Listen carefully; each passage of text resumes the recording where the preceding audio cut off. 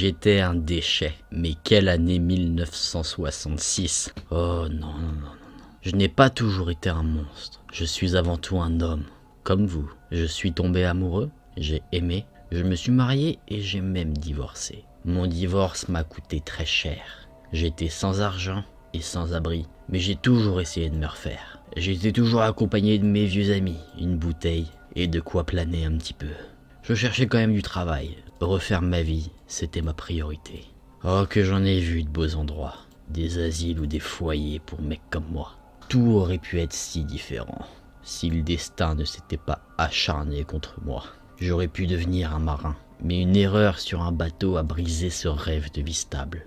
J'ai été abattu. Mais j'ai gardé espoir. J'ai trouvé un autre bateau.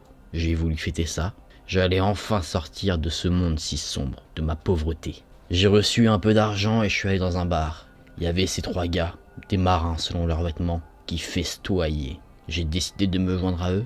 On a parlé, on a fait connaissance, et ils ont fait quelque chose que je n'avais encore jamais vu. De leurs vestes, ils ont sorti des seringues et les ont plantées dans leurs bras. Ça n'avait pas l'air de faire si mal que ça. Et ils avaient l'air si heureux, ces bougres.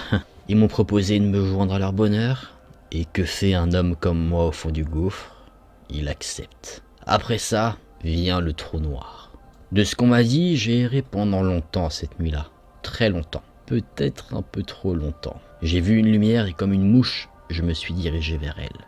Cette lumière, c'était un immeuble où plusieurs personnes vivaient. C'était des infirmières. J'étais hors de contrôle et je leur ai dit d'aller au fond de l'immeuble dans une pièce à l'arrière. Il y avait des lits disposés ici et là. Ça ressemblait à une chambre, plutôt miteuse, mais toujours plus chic que là où je vivais. Elles avaient peur. Elles tremblaient, les petites. Ah là là. Peut-être était-ce mon arme qui les terrifiait. Je leur ai fait les poches, mais elles étaient toutes quasiment aussi pauvres que moi. 100 $ à peine. C'est la seule chose que j'ai réussi à retirer d'elles. C'est donc ça ce qu'on donne à celles qui sont censées sauver nos vies, aussi misérables que moi. Je ne sentais pas ces femmes. Je les ai toujours détestées. Elles gémissaient un peu trop à mon goût. J'ai attrapé un drap déchiré et je les ai attachées avec pour qu'elles arrêtent de gémir. Elles étaient si agaçantes. D'autres sont arrivées pendant la nuit. Comme moi, des mouches attirées par la lumière peut-être. Elles ont connu le même sort que celles qui étaient déjà attachées. J'avais là une belle brochette d'infirmière. J'ai cru que j'aurais pu ouvrir mon propre hôpital. J'aurais sûrement gagné plus que ce que j'avais actuellement. Elles étaient toutes là, si impuissantes devant moi. Je dois bien vous avouer une chose, ça me faisait du bien. Mais il y avait quelque chose qui ne me plaisait pas dans tout ça. Elles ne couinaient pas. Je voyais la terreur dans leurs yeux, qu'elles me craignaient, mais elles n'hurlaient pas. J'entendais uniquement quelques gémissements, mais rien de plus. Elles ne faisaient que m'obéir, comme si j'étais leur berger. Les unes après les autres, je les ai sorties de la chambre où elles étaient. Quelle ironie! C'est à ce moment-là que je me souviens que l'une d'entre elles ressemblait à mon ex-femme. Ah, mon ex-femme. Celle-là a eu droit à une attention de ma part toute particulière. Une fois que j'avais escorté chacune d'entre elles à l'extérieur, enfin, le silence. Il n'y avait plus personne pour gémir. Je me souviens après ça être reparti, et encore une fois, un trou noir. Je me suis réveillé le lendemain, le 14 juillet, à 11 h, dans ma chambre miteuse. J'aurais peut-être dû rester dans leur immeuble, j'aurais sûrement mieux dormi. Maintenant, elles n'avaient plus besoin de leur chambre. Mais je ne savais même pas comment j'étais revenu chez moi. De mémoire, les trous noirs, c'était ma spécialité. Je ne me rappelais de rien, et je ne comprenais pas ce que je voyais. Mes mains étaient recouvertes de rouge. À l'odeur et à la texture, je crois bien que c'était du sang. Dans ma main droite, je tenais un revolver. C'était vraiment un sacré jouet. Mais où est-ce que j'ai eu ce truc, moi? Quand je suis allé me chercher de quoi oublier cette journée pourrie, on m'a appris qu'il y avait eu un massacre la veille. C'était un gars, un peu chic, qui m'avait dit ça. De ce qu'il savait, 8 infirmières avaient été brutalement assassinées. Qui serait assez fou pour faire une chose comme ça? Peut-être moi? Je me souviens très bien avoir répondu à cette personne. J'espère que la police va l'attraper. De ce que je sais, la police a mis un bon bout de temps avant de trouver et d'arrêter le responsable de ce petit massacre. J'ai appris que c'était moi qui étais recherché, mais seulement quand j'ai été arrêté à l'hôpital. J'avais essayé de partir de ce monde, mais visiblement, Je ne sais pas faire les choses bien. Il y avait une survivante de mon massacre qui m'a décrit à la police, et c'est comme ça qu'ils ont eu mon nom et qu'ils m'ont trouvé. Je n'avais même pas remarqué que celle-ci s'était cachée sous le lit. Je devais être dans un sacré état encore. Beaucoup de psys ont voulu me déchiffrer, comprendre pourquoi j'avais fait ce que j'avais fait. Ces fous sont allés jusqu'à chercher dans mon enfance comme quoi j'aurais une haine des femmes à cause de ma mère. Cette garce a remplacé mon père. Mais ce n'est pas pour autant que je hais les femmes. Ils ont même dit que mes problèmes médicaux de jeunesse pouvaient être facteurs de mon état actuel. Ou encore que l'alcool exacerbait mon agressivité. Moi, alors que je suis doux comme un agneau. D'autres ont dit que j'étais simplement un psychopathe. Ces abrutis n'ont jamais compris que j'étais simplement un gars qui passait par là. C'est l'enquête des policiers qui m'a indiqué comment s'était procédée cette fameuse soirée. À l'origine, j'étais apparemment entré dans l'immeuble pour un cambriolage. Ah, c'est vrai que ça me ressemble. Et l'alcool et la drogue que j'avais consommés ce soir-là seraient la principale cause que tout dégénère en crime du siècle. Quel honneur, dis donc. Pour mon procès, j'étais fauché. Ils m'ont refilé un avocat commis d'office. Il a voulu me défendre en disant que j'étais un fou. Le fou, c'était plutôt lui. J'avais l'impression qu'à ce procès, le seul sans esprit, c'était moi. Il a tenté tellement de manœuvres pour me sortir d'affaire. Mais je ne lui faisais pas confiance. Ce procès, je n'avais pas envie de le faire. Je ne voulais pas participer à cette mascarade. Le principal argument de ceux qui voulaient ma peau, c'était la gamine qui s'était cachée sous son lit. Et effectivement, maintenant que je la vois, elle me disait bien quelque chose. Je me souviens qu'elle était restée la plus en arrière dans le petit groupe ce soir-là. Elle a fait preuve d'un tel courage. Un couple a dit que j'étais dans leur établissement le soir des meurtres et que je ne pouvais donc pas être responsable du massacre. Honnêtement, ça ne me dit rien, mais ça devait être des bons gars. On ne m'a jamais appelé à la barre pour me défendre et que je puisse donner ma version des faits. Mon abruti d'avocat avait décidé que je n'en étais pas capable et que je ne ferais qu'aggraver mon cas. Pour m'amuser un petit peu, j'ai décidé de plaider coupable, même si je ne me souvenais de rien. Après cette mascarade, ils m'ont condamné à mort, et tant mieux, c'est ce que je voulais. C'était vraiment dommage pour ces filles.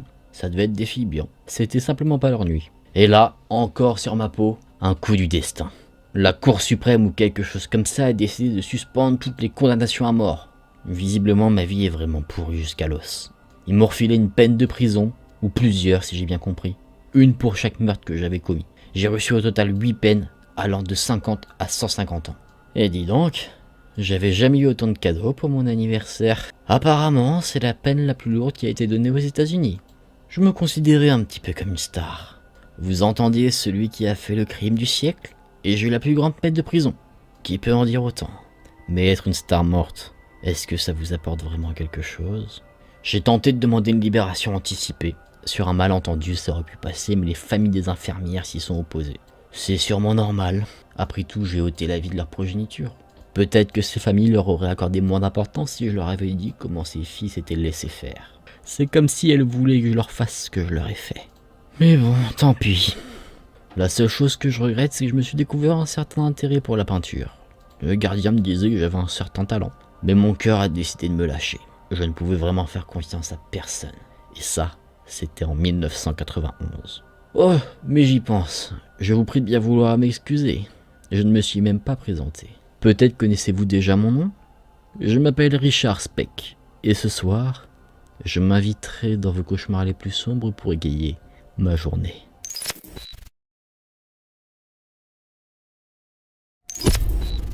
C'était au milieu de la nuit, j'étais dans ma chambre, j'essayais de me reposer en regardant la télévision quand je suis tombé sur une chaîne d'information locale. À un moment donné, un bordereau d'informations importantes est apparu sur la télévision. C'était des informations communiquées par la police qui disaient: un meurtrier est en fuite, il se cache dans les environs de la ville, la police est en alerte et recherche partout où se trouve l'individu. Cet individu est armé et dangereux. N'y prêtant pas forcément plus attention que ça, j'ai décidé d'éteindre la télé et d'essayer de m'endormir. Alors que le sommeil commençait à se faire sentir, j'ai entendu des bruits étranges venant du bas de ma maison, comme si quelqu'un était rentré chez moi. À ce moment-là, mon cœur a commencé à battre à toute allure, je me suis rapidement habillé et j'ai tendu l'oreille pour entendre ce qu'il se passait. J'ai donc entendu un nouveau bruit, c'était le bruit d'une porte qui craquait. J'en étais à présent certain, ce n'était pas mon imagination. Il y avait bien quelqu'un qui s'était introduit chez moi. La seule chose que je me suis dit, c'est je dois sortir d'ici. Fort heureusement, ma fenêtre donnait sur l'extérieur et elle n'était pas très élevée, je pouvais donc sortir sans me blesser. Je tremblais de peur et j'espérais au fond de moi que ma fuite ne ferait aucun bruit pour ne pas alerter l'individu qui se trouvait dans la maison. Pendant que je réfléchissais, j'ai entendu des bruits de pas dans l'escalier qui se rapprochaient de plus en plus de moi. Plus les bruits se faisaient entendre, plus j'avais l'impression qu'il y avait plus d'une personne qui montait les escaliers. À n'importe quel moment, la porte de ma chambre pouvait s'ouvrir et je serais débusqué par ces intrus. Il fallait vraiment que je sorte d'ici. J'ai donc sauté par la fenêtre, j'ai atterri sur le toit du garage. J'ai fait du mieux que j'ai pu pour ne faire aucun bruit, je me suis accroché à la gouttière et je me suis laissé glisser pour atteindre le sol. Et j'ai réussi tant bien que mal à me rendre dans le jardin. Avant de m'enfuir, j'ai jeté un dernier coup d'œil vers la fenêtre par laquelle j'avais sauté et j'ai vu les lumières de la chambre s'allumer. Les personnes qui s'étaient introduites dans la maison était rentré dans la chambre peu de temps après que j'ai sauté. Je me suis dit à ce moment là que j'ai vraiment eu chaud, que je l'ai échappé belle, et un léger frisson a parcouru ma nuque en pensant ce qui aurait pu m'arriver si jamais j'avais été débusqué. J'ai donc ensuite traversé les jardins et je me suis dirigé par la forêt la plus proche, et une fois que j'étais en sécurité caché par les arbres, j'ai commencé à courir à toute vitesse. Je ne voyais pas où j'allais, je courais à toute allure dans la noirceur de la forêt jusqu'au moment où j'arrivais devant une nouvelle zone résidentielle. À ce moment-là, j'ai sorti mon couteau et je me suis dirigé vers une autre maison. Vous l'aurez compris, dans cette petite histoire-là, on incarnait non pas une victime, mais bien l'auteur des meurtres, la personne qui était recherchée et qui se relaxait dans une maison où il s'était préalablement introduit. Il se relaxait jusqu'au moment où les véritables propriétaires de la maison sont revenus. Fort heureusement, ces propriétaires n'ont pas eu affaire à notre personne, le meurtrier, mais j'ai trouvé ça assez intéressant d'avoir cet aspect-là justement où on se fait passer pendant tout le temps du récit pour une victime alors qu'en fait on est la personne à craindre.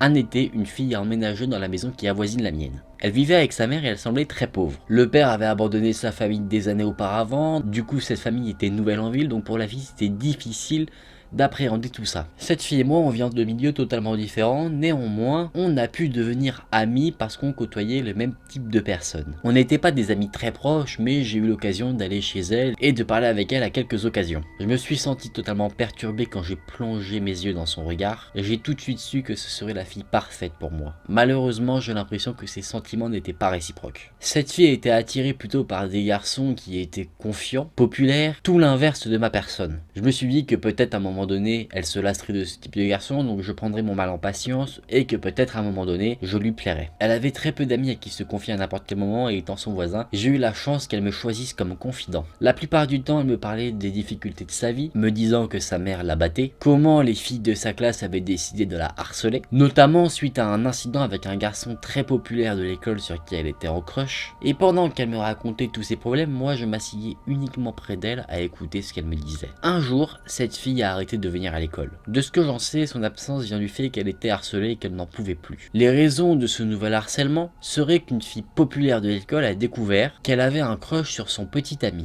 À ce moment-là, cette fille populaire a mutiné toute l'école contre elle et elle se faisait frapper et insulter dès que d'autres étudiants la voyaient. De nombreuses rumeurs circulaient en ville à son propos, ce qui faisait de sa vie un terrible cauchemar. Encore une fois, quand elle se confiait, je m'asseyais près d'elle et je l'écoutais. Son comportement a totalement changé quand elle a intégré une nouvelle école. Elle sortait tard la nuit et avait commencé à fumer des cigarettes et à boire de l'alcool. J'ai entendu certaines rumeurs comme quoi elle consommait également de la drogue. Ne faites jamais ça, vraiment. Elle est tombée amoureuse d'un mauvais garçon qui a d'ailleurs été arrêté par la police plusieurs fois. Sa vie familiale empirait également. Au milieu de la nuit, je pouvais entendre qu'elle se querellait de manière régulière avec sa mère. Toutes les filles de son école la détestaient, au point même que des étudiants pendant la nuit se sont rendus chez elle pour faire des graffitis en l'insultant de tous les noms. Quelqu'un qui l'a harcelée en est même venu au point d'assassiner son animal de compagnie, son chat, et l'a placé dans sa boîte aux lettres. Évidemment, après ces événements, ma voisine a décidé de quitter encore une fois l'école. Elle avait l'habitude d'ailleurs de se retirer dans la salle de bain, de fermer la porte à clé et de pleurer toutes les larmes de son corps. Elle n'en pouvait littéralement plus. De ce que j'ai pu apprendre par des rumeurs de voisinage, elle ne parlait plus du tout à sa mère et restait constamment enfermée dans sa chambre. Elle sortait occasionnellement pour manger, elle semblait souffrante, pâle, malade et vivait totalement en ermite dans sa chambre, au point même que sa mère déposait une assiette de nourriture devant sa porte pour qu'elle puisse quand même se nourrir sans qu'elle ait forcément à sortir de la pièce. Le seul moment où elle sortait de sa chambre, c'était au milieu de la nuit pour aller aux toilettes, là où elle était sûre que sa mère dormait. C'était vraiment une vie très misérable. Au bout d'un certain moment, j'ai décidé d'aller la voir. Elle a d'abord refusé de venir me parler, j'ai donc crié au travers de la porte pour qu'elle m'entende. Encore une fois, sans réponse. Sa mère, pour essayer de la faire sociabiliser un petit peu, m'a donné un bol de soupe pour lui apporter directement. Enfin, j'ai pu voir la fille que j'aimais. Au travers de cet échange, elle a ouvert la porte et j'ai pu apercevoir quelqu'un d'amaigri, pâle, totalement désespéré. À partir de ce moment-là, j'ai décidé de venir la voir tous les jours. Au fur et à mesure du temps, elle commençait à me parler de plus en plus, notamment au travers de la porte. Comme par le passé, elle me racontait l'ensemble de ses problèmes et moi j'étais là à écouter. Elle me disait à quel point elle était fatiguée de se battre constamment contre sa mère et qu'elle était totalement attristée car ses anciens amis l'avaient tous oubliée. Elle m'a également raconté comment elle est tombée amoureuse de ce mauvais garçon qui a été arrêté plusieurs fois par la police. Elle m'a également raconté que dans un premier temps sa mère voulait l'aider mais ne l'écoutant pas, elle est entrée dans une rage folle et qu'elle l'a battu. Sa vie était remplie de désespoir et elle ne trouvait plus la force de vivre. Elle a d'ailleurs à de nombreuses reprises essayé de se donner la mort par divers moyens. Encore une fois, comme par le passé, je restais là assis à l'écouter et quand elle me demandait mon opinion, je répondais par des remarques innocentes sans approfondir quoi que ce soit. Au fur et à mesure du temps de nos conversations, son comportement commençait à s'améliorer. Elle commençait à sortir de plus en plus de sa chambre, comme si les choses commençaient à s'améliorer et que le futur commençait enfin à être positif. Sa mère était totalement émue et m'a remercié en larmes. Un jour, contre toute attente, ma voisine tenta l'irréparable. Elle a décidé de sauter d'un bâtiment pour se donner la mort, mais le bâtiment n'étant pas vraiment haut,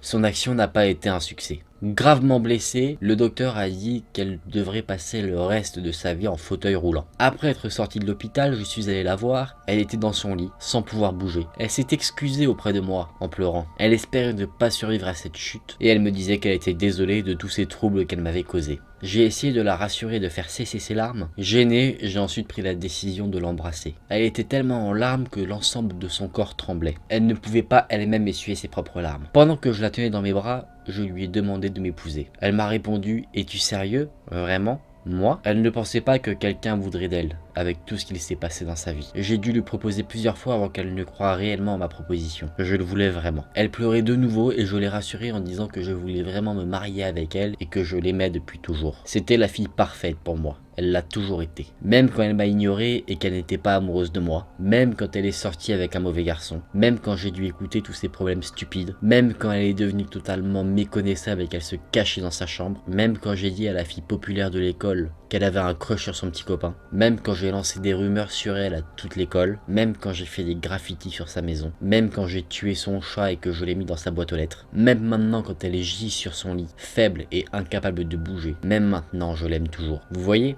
C'est la fille parfaite pour moi. Oh, chaud. Et je vous jure, c'était super dur de raconter ça parce que c'est tellement glauque. Ah là là, j'aime pas me mettre dans la peau d'un personnage comme ça. Après, je sais pas comment ça va rendre en vidéo, hein, mais j'espère vraiment que vous aurez un peu la tension un peu par rapport à cette histoire-là et que vous ne vous doutiez pas une seconde que c'était le personnage qui racontait l'histoire qui avait causé tous les malheurs de cette fille. Bah, dites-le moi encore une fois en commentaire. Pour que l'immersion soit la plus totale, évidemment, cette histoire-là, je vais vous la raconter à la première personne. Pour ceux qui pourront en douter, c'est pas moi qui stalk, hein. Ce sont les personnes qui racontent l'histoire et je me mets dans leur peau. On sait jamais, ce sont pas mes histoires de stalker à moi. Les miennes, je les garde bien privées. Faudra que je supprime ça au montage. J'ai étudié avec ce garçon le semestre dernier. On n'a jamais vraiment parlé, mais je n'arrêtais pas d'entendre ses conversations. Je pensais qu'il était plutôt mignon, plutôt intelligent. Et je dois bien l'avouer, c'était assez dur pour moi d'être intéressé par quelqu'un d'autre. Je ne suis pas le genre de personne qui souffre pour un garçon. Mais j'ai commencé à développer un attachement pour lui assez fort qui n'a fait que se développer au fur et à mesure du temps. Je voulais juste l'entendre parler, rester autour de lui. Je me sentais si désespéré quand je n'étais pas aux alentours. Malheureusement, le semestre est terminé. Et maintenant, il devient difficile de le voir. Je n'ai pas beaucoup d'informations à propos de lui, à part son prénom, son âge, ce qu'il fait comme travail, ce qu'il aime comme passion. Je n'ai jamais réussi à trouver ses réseaux sociaux.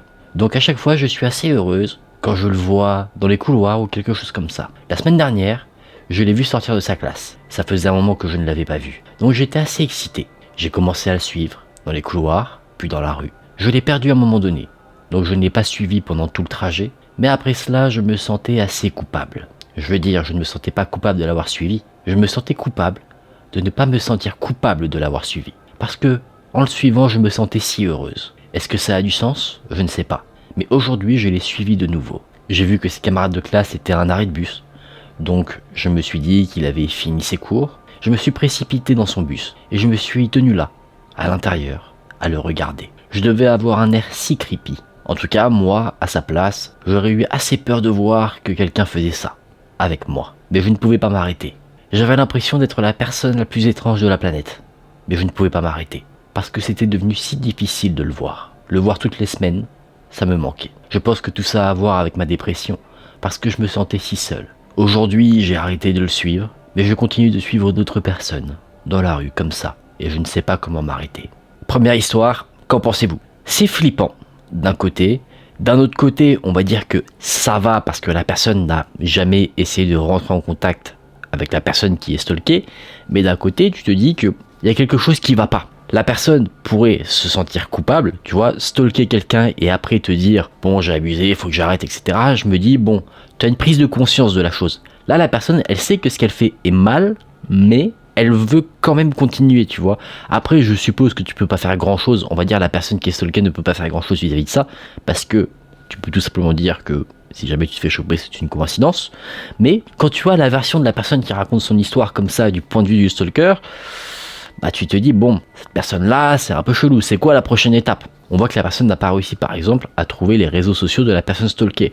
Si ça avait été le cas, on peut supposer que elle aurait encore plus stalké la personne. Admettons, cette personne-là trouve son adresse. On ne sait pas, peut-être que la stalkeuse, du coup, dans cette histoire, aurait observé devant l'habitat de la personne stalkée. Vous voyez, on ne sait pas comment ça aurait pu dériver. Mais bon, effectivement, si jamais tu te rends compte que quelqu'un agit de la sorte avec toi, je peux comprendre que ça passe froid dans le dos. Visiblement, la personne stalkée ne s'en est jamais rendu compte.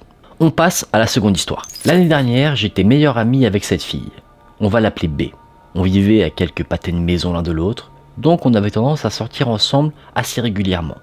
On se disait tout, nos secrets les plus sombres, nos pensées, nos ressentiments, et à chaque fois on se réconfortait, l'un et l'autre, quand on en avait besoin. En y repensant, c'était moi qui la réconfortais plus que elle ne me réconfortait. On se disait tout le temps qu'on s'aimait l'un et l'autre, et qu'on ne pourrait jamais être de simples amis. B n'avait pas de travail à ce moment-là, mais moi j'en avais un. Donc je dépensais beaucoup d'argent.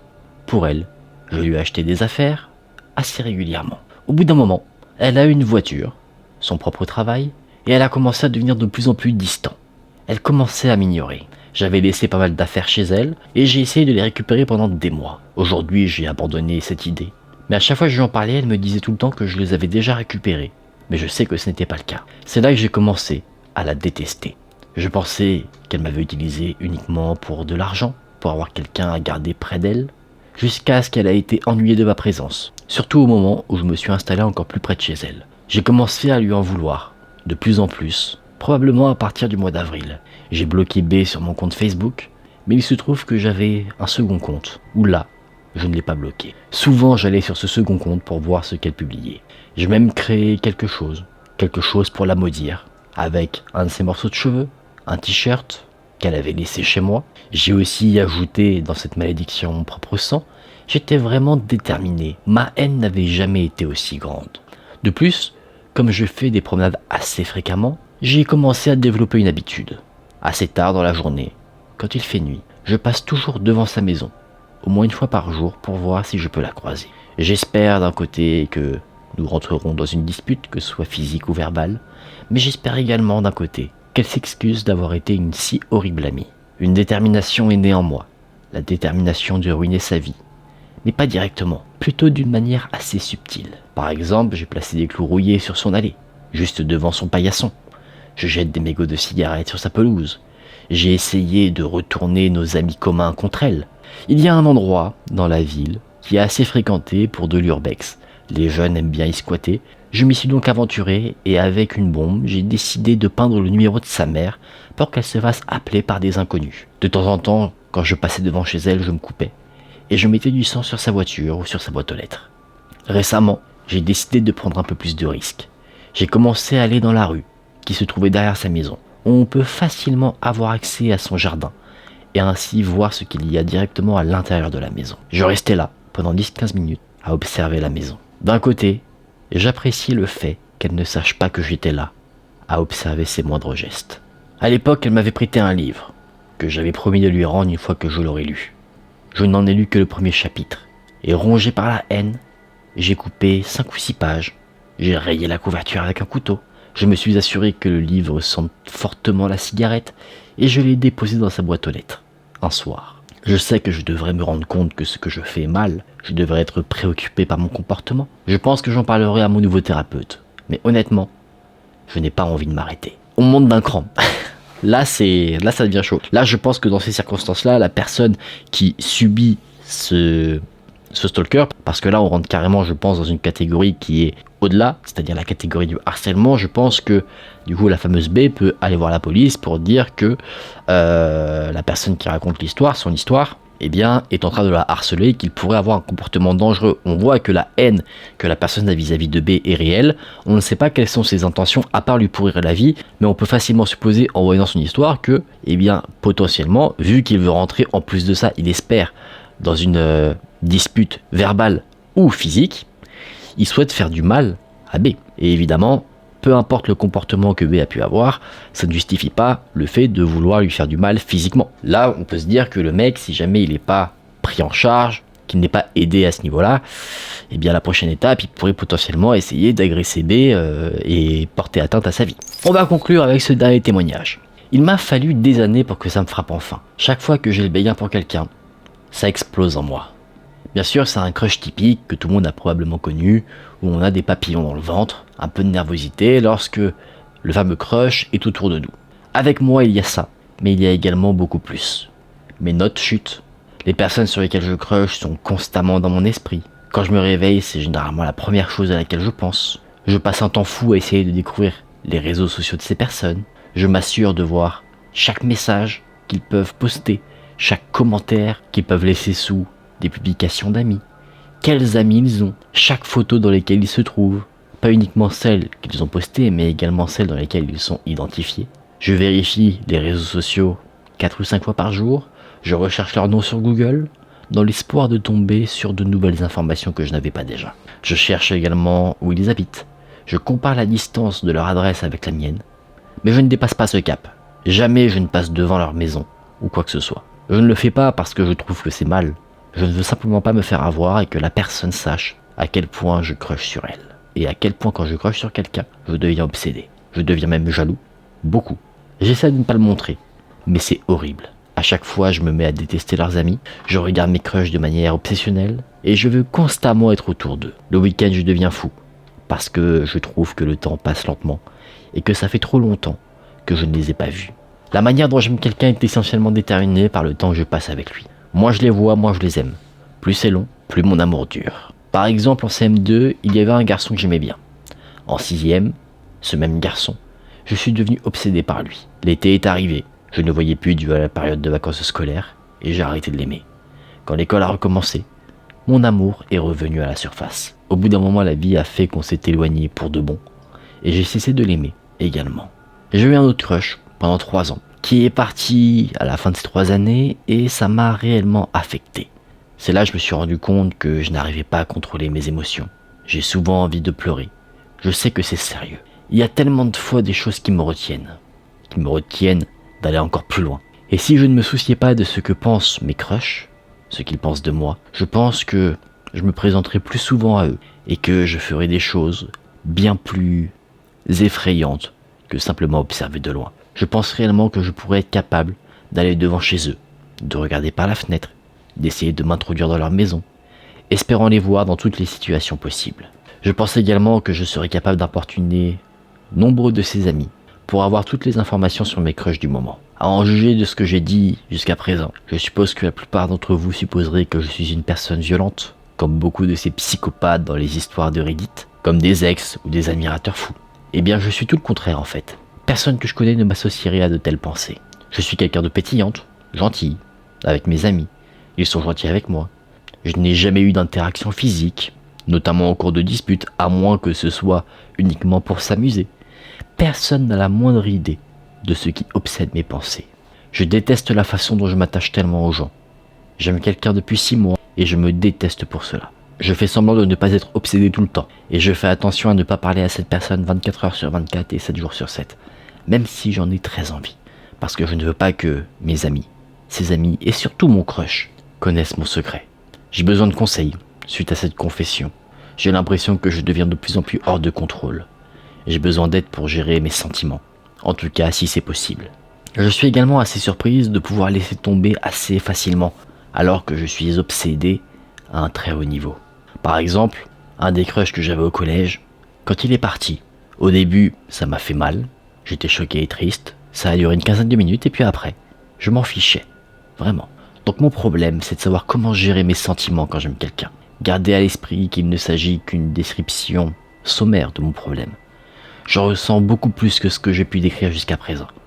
J'espère que j'arriverai à surmonter mon crush actuel, qu'avec l'été, ça s'estompera et que je n'aurai pas cours avec lui à la rentrée.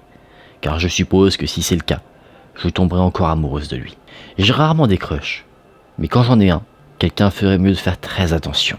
Alors cette histoire-là, c'est bien parce que dans cette vidéo, on voit 3 histoires qui n'ont rien à voir. On voit vraiment des échelons assez différents. La deuxième histoire était vraiment la pire, mais là on voit que la personne elle est vraiment au bord de la ligne. Elle est prête limite à franchir la ligne et à aller en zone rouge et à commencer à aller chez ses crushs et tout. Mais là aussi quelque chose d'intéressant, c'est qu'on a vraiment quelqu'un qui a conscience qu'elle a un problème. Elle demande de l'aide.